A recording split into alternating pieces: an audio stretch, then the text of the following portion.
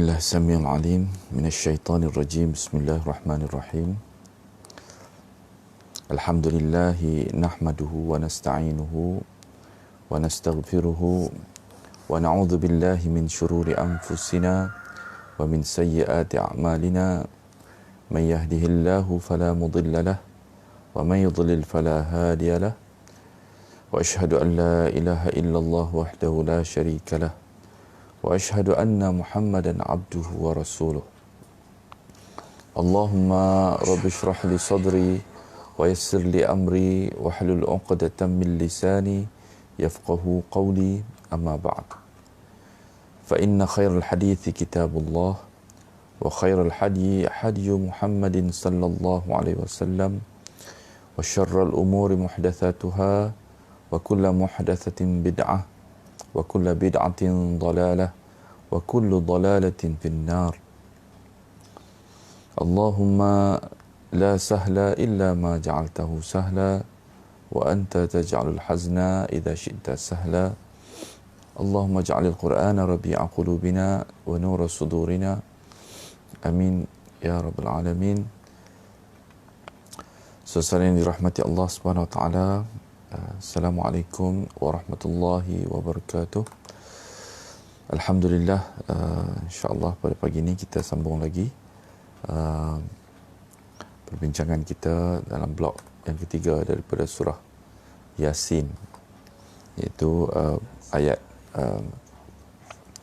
33 sehingga ayat 50 yang menjelaskan tentang hujah-hujah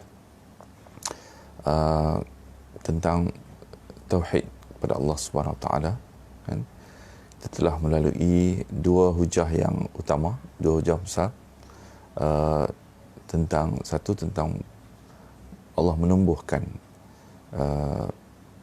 di bumi ini makanan-makanan kepada manusia, dan memperlengkapkan, menyempurnakan penciptaan Allah Subhanahu Wa Taala di dalam apa yang tumbuh daripada muka bumi ini untuk makanan manusia ini. Kemudian kita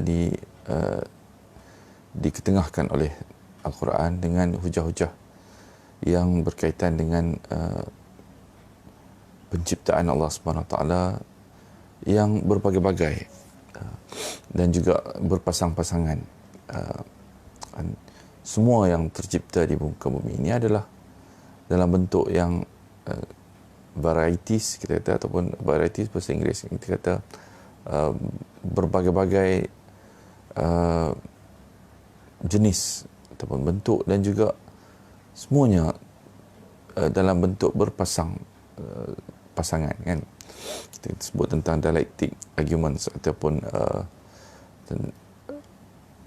bagaimana manusia juga satu pemikiran yang menjelaskan bahawa setiap sesuatu ini sebenarnya boleh dilihat dari sudut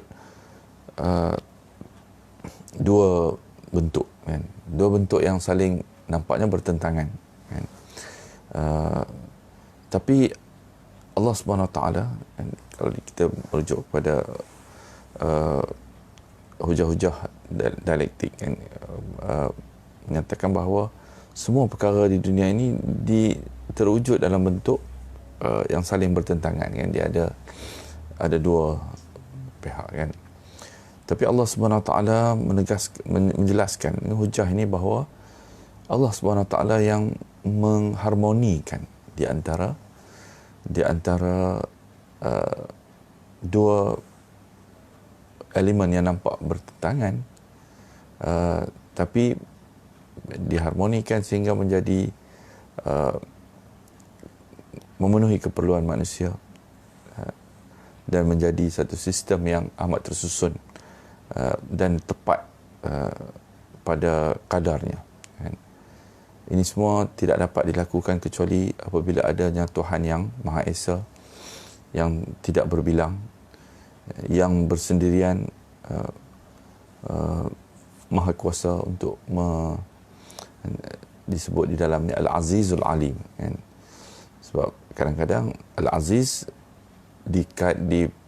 dikaitkan dengan sifat Al-Azizul Alim Allah Subhanahu Wa Taala.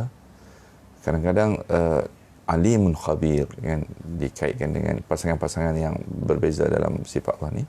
Jadi pasangan sifat Allah SWT yang ditegaskan ini penting untuk kita faham kan. Kerana dia menjelaskan apa yang nak dihujahkan di situ kan. Al-Azizul Alim dalam ayat 38 kan, menjelaskan bahawa Allah SWT yang maha kuasa untuk mengadakan semua ini tanpa perlu kepada intervention ataupun bantuan, pertolongan ataupun cadangan daripada mana-mana makhluk ataupun zat yang lain. Dan Allah SWT maha mengetahui bahawa apa yang dia lakukan, apa yang dia susun, dia laksanakan itu adalah semuanya memenuhi sebab ataupun keperluan yang tertentu kan. Semalam kita sebutkan nampaknya seperti mana kadang-kadang penciptaan ini lebih daripada keperluannya kan. Alam semesta, universe ini, alam semesta ini dicipta dengan amat luas kan. Sehingga manusia tidak mampu untuk mencapai keseluruhan yang tercipta ini. Pemikiran manusia tidak mampu untuk menjangkau segala rahsia-rahsia yang tidak diketahui oleh manusia. Dalam ayat 36 seperti itu Allah sebut tentang wa min anfusihim wa mimma la ya'lamun, dan daripada apa yang mereka tidak tahu. Semua yang Allah cipta dengan berpasang-pasangan dan juga berbagai bentuk, berbagai jenis. Yang baik yang kecil maupun yang besar. Planet-planet dan segala bintang-bintang juga berbagai jenis, berbagai bentuk rupa. Jadi kemudian itu menjadi satu tanda hujah yang besar tentang tauhid Allah Subhanahu Wa Taala. Kemudian kita masuk hari ini tentang hujah yang seterusnya. Allah Subhanahu Wa Taala masih lagi hujah-hujah daripada alam sekeliling, alam sekitar kan, daripada kaun, daripada qanun, daripada apa yang Allah Subhanahu Wa Taala cipta kan, sunnatullah fil kaun ini. Ada peraturan-peraturannya di dalam ciptaan Allah Subhanahu Wa Taala ini kan. Wa ayatul lahum anna hamalna dhurriyyatahum fil fulkil mashhun wa khalaqna lahum min mithlihi ma yarkabun wa in nasha' nughriqhum fala sarikha lahum wa la hum yunqadhun illa rahmatan minna wa mata'an ila hin.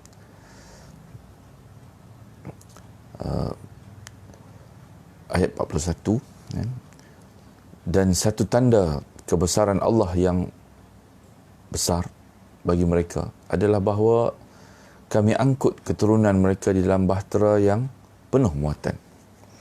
Wa ayatul lahum anna hamalna dhurriyyatahum fil fulkil mashhun. Kami angkat, kami bawa mereka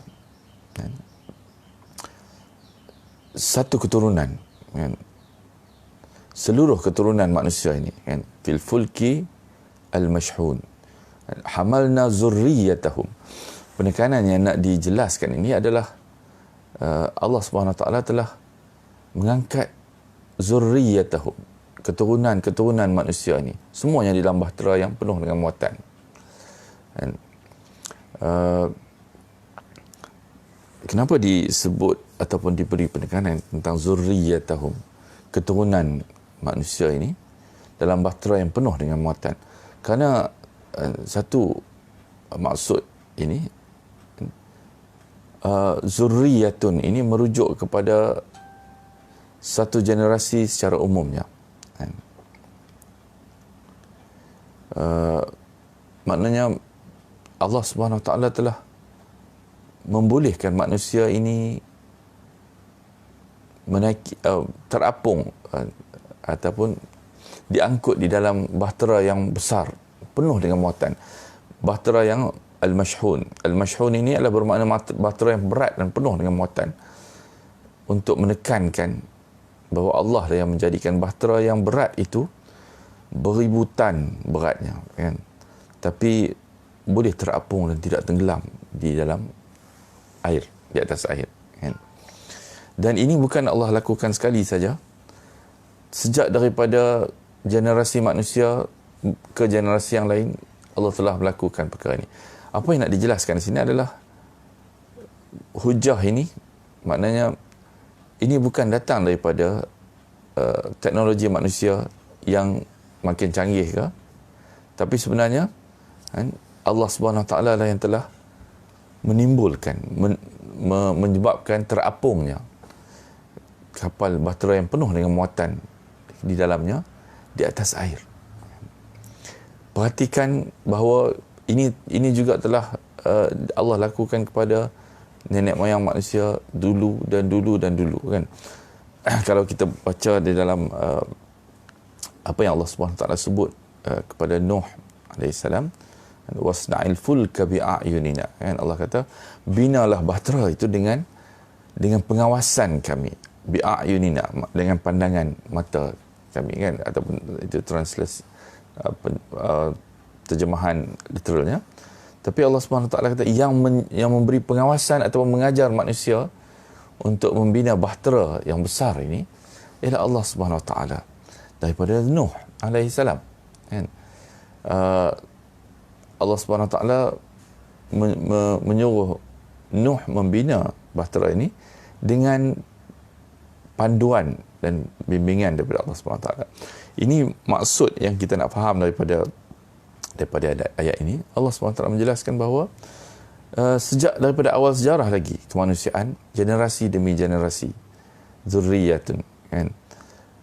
Dia bukan fenomena pencapaian teknologi manusia saja, tetapi adalah kurniaan Allah yang membuktikan kekuasaan dan rahmat Allah SWT, kan? Perhatikan, kan?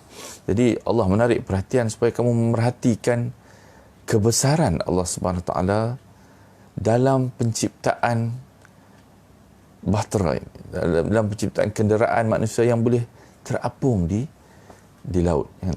Sebenarnya ini juga dengan makna atau maksud yang sama. Kalau kita ingat, kita baca surah Al-Mulk dulu, Allah SWT menyuruh memerhatikan, kan? awalam yarau ila at-tayri fawqahum saffatin wa yaqbidn ma yumsikunna illa ar-rahman innahu bikulli syai'in basir. Tidakkah mereka memerhatikan burung-burung yang mengembangkan dan mengatupkan sayapnya di atas mereka? Fauqahum. Fauq ni di atas, kan? Tidak ada yang menahannya di udara, kan? Selain yang Maha Pengasih. Sungguh dia Maha melihat segala sesuatu, kan? Jadi suruhan memerhati ini sama dengan maksud dengan surah memerhati ini. Dulu dalam surah Al-Mulk Allah suruh perhatikan burung yang terapung di udara. Cuba kamu perhatikan, dia membuka dan mengatupkan sayapnya. Apakah yang mengapungkan dia? Bukan saja burung, implikasinya sebenarnya semua yang terapung di udara ni, termasuklah planet-planet, bintang, segala galaksi-galaksi yang besar-besar, dan juga segala yang terapung di udara, hama yang kecil, kuman, COVID dan sebagainya, semuanya terapung di udara. Siapakah yang mengapungkan semua perkara ini yang tidak jatuh? Burung yang terapung itu tidak jatuh ke bawah. Begitu juga, kan, implikasi juga adalah dalam ayat 42 ni Allah kata wa khalaqna lahum min mithlihi ma yarkabun, dan kami ciptakan untuk mereka yang akan mereka kenderai seperti bahtera itu. Apa lagi yang dikenderai oleh manusia di darat dan juga di udara, kan? Jadi yang terapung di udara itu juga beribu-ribu tan beratnya, kan? Kapal terbang, kan? Di zaman ketika mana tidak adanya kapal terbang ni lagi, tapi yang Allah SWT menarik perhatian supaya perhatikan burung kerana implikasinya nanti akan ada juga kenderaan-kenderaan yang terapung di udara ni kan. Burung Allah SWT apungkan di udara. Walaupun kita nampak dia mengembang dan mengatukkan sayap dia. Dan apa yang nak dijelaskan daripada peringatan ini? Bukan saja di darat, di laut, malah di darat juga dan di udara juga dimudahkan oleh Allah pergerakan manusia dengan kenderaan-kenderaan darat dan udara yang semuanya disebut Allah yang menjadikannya. Wa khalaqna lahum. Khalaqna lahum itu maksudnya kami yang menciptanya, menjadikannya. Kenapa disebut Allah yang mencipta atau menjadikannya, sedangkan kenderaan-kenderaan ini kita faham bahawa manusia yang membina dia. Kerana ini menekankan bahawa dia bukan kerana kehebatan manusia, tapi manusia bergantung sepenuhnya kepada Allah Subhanahu Wa Taala untuk membolehkan semua yang mereka bangunkan berfungsi. Semalam kita sebut konsep tentang Allah sebagai Badi', Al-Badi', kan? Allah yang mencipta segala sesuatu daripada kosong menjadi sesuatu, kan? Itu sifat yang hanya Allah Subhanahu Wa Taala sahaja yang boleh lakukan perkara ni. Tidak ada mana-mana zat yang boleh melakukan perkara ini. Kerana itu disebut khalaqna lahum min mithlihi. Kami ciptakan untuk mereka mithlihi, min mithlihi, sama seperti mana bahtera sebagai kenderaan ini, kan? Yang mereka dapat yarkabun, kan? Yarkab ini maksudnya yang dapat ditunggangi, dipandu, kan? Ditunggangi oleh mereka, kan? Sama seperti mana bahtera di laut, juga di darat dan di udara. Allah SWT yang menciptakannya.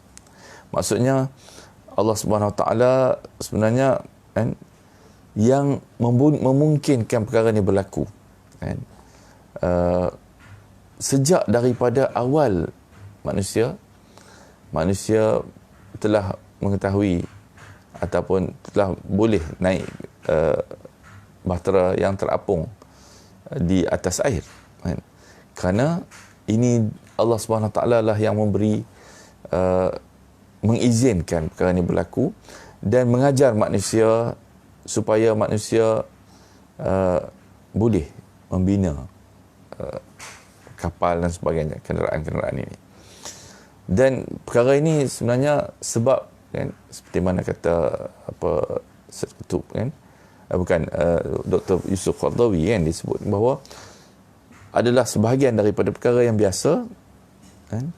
Perkara yang luar biasa ni kerana dia terlalu nampak biasa, selalu dilihat, dia menjadi biasa, kan? Sebenarnya dia luar biasa, kan? Burung yang terapung tu luar biasa, kan? Kapal yang berat beribu-ribu tan terapung di atas air, itu luar biasa. Tapi kerana benda tu perkara yang selalu kita lihat, kita tidak memerhatikan dia, kan? Tapi Al-Quran menyebut perkara yang kamu lihat setiap hari, tapi kamu lupa untuk memikirkan bagaimanakah sebenarnya benda ni berlaku. Apa yang menyebabkan dia berlaku? Wa khalaqna lahum.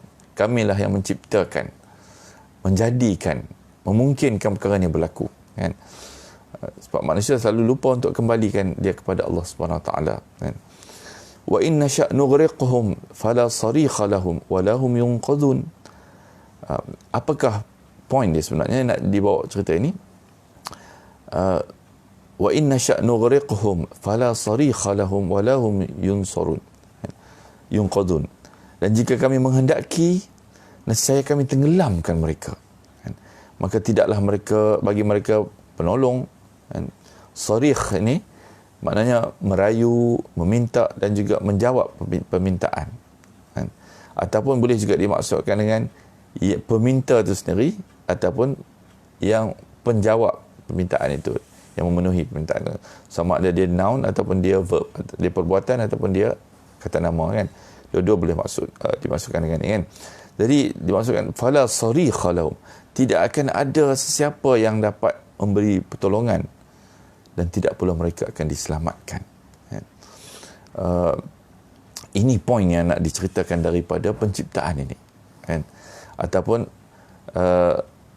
sama seperti mana kalau kita baca tadi ayat surah Al-Mulk ayat 19 tadi, burung yang Allah apungkan di udara ni, di ayat selepas itu ayat 20, poin yang sama diutarakan, amman hadzal ladzi huwa jundul lakum yansurukum min dunir rahman inil kafiruna illa fi ghurur.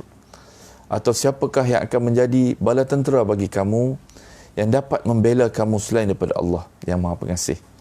Orang-orang kafir itu hanyalah dalam keadaan yang tertipu sahaja. Sebenarnya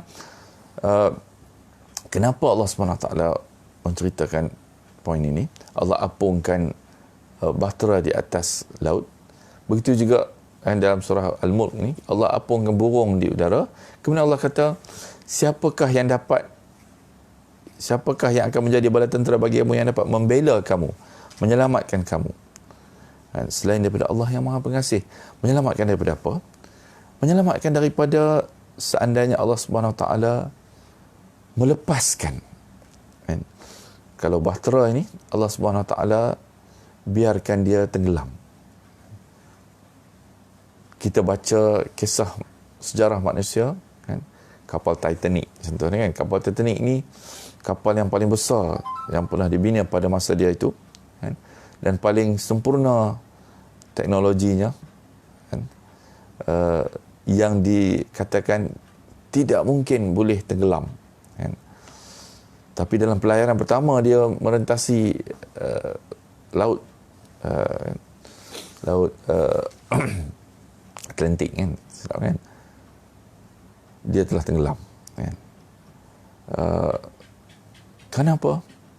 Kerana Allah SWT sebenarnya yang menjaga apa yang kamu buat, yang menjaga bahtera yang terapung ni adalah Allah SWT. Bila-bila masa saja Allah SWT boleh tenggelamkan dia, kan? Lepas itu Allah kata, wa inna sya' nughriqhum.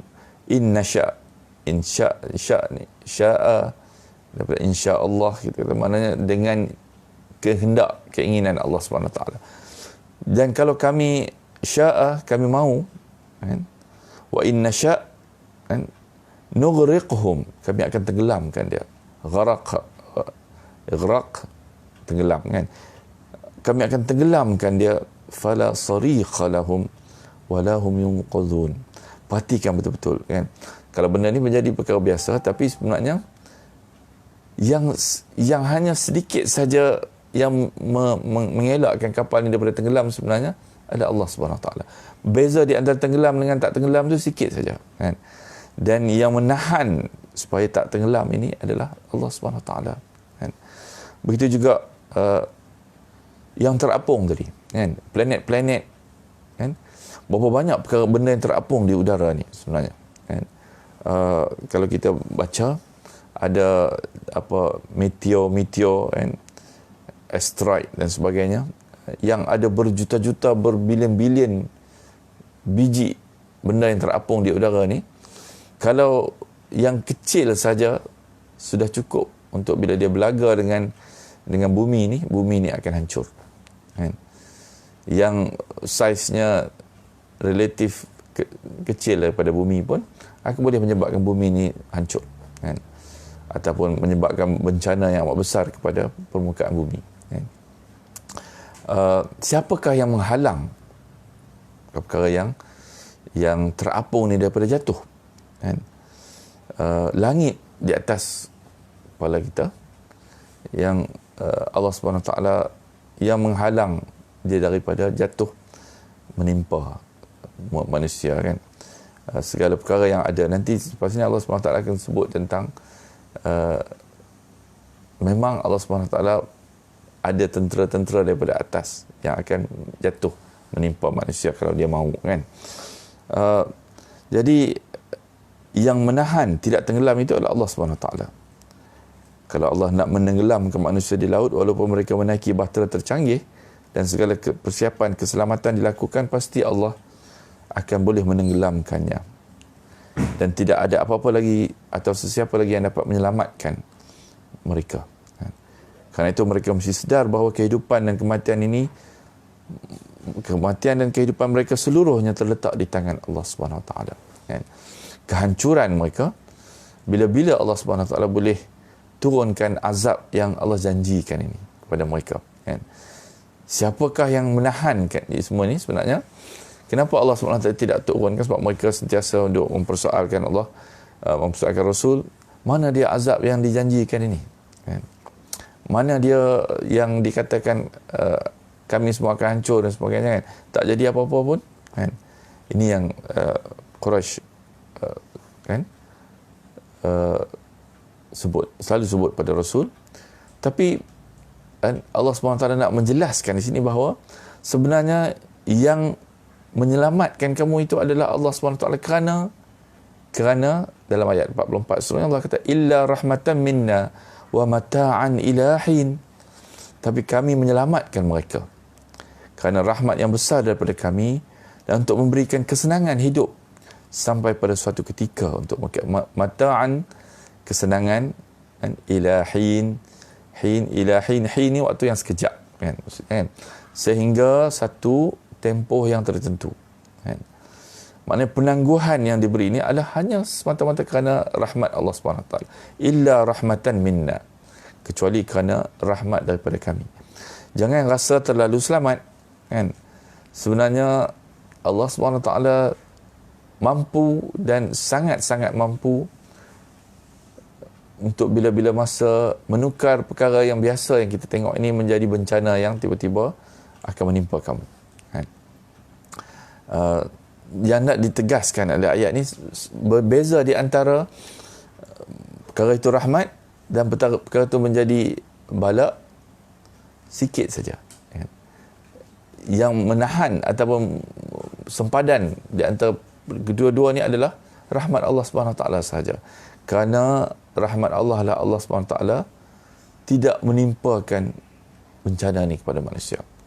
Bandingan dia adalah sepertikan kapal yang terapung itu, kan? Sepatutnya kapal yang berat dan besar ini dia akan tenggelam dan menenggelam sekali kamu yang di dalam itu, di dalam air, kan? Tapi Allah SWT illa rahmatan minna wa mata'an ila hin. Yang menyebabkan kamu belum diseksa lagi ialah Allah SWT, rahmat Allah SWT saja. Itu saja. Sebab apa?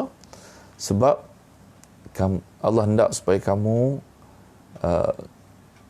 diberi masa lagi untuk sedar. Diberi masa lagi untuk kamu memilih apa yang sepatutnya kamu pilih. Itu rahmat Allah SWT.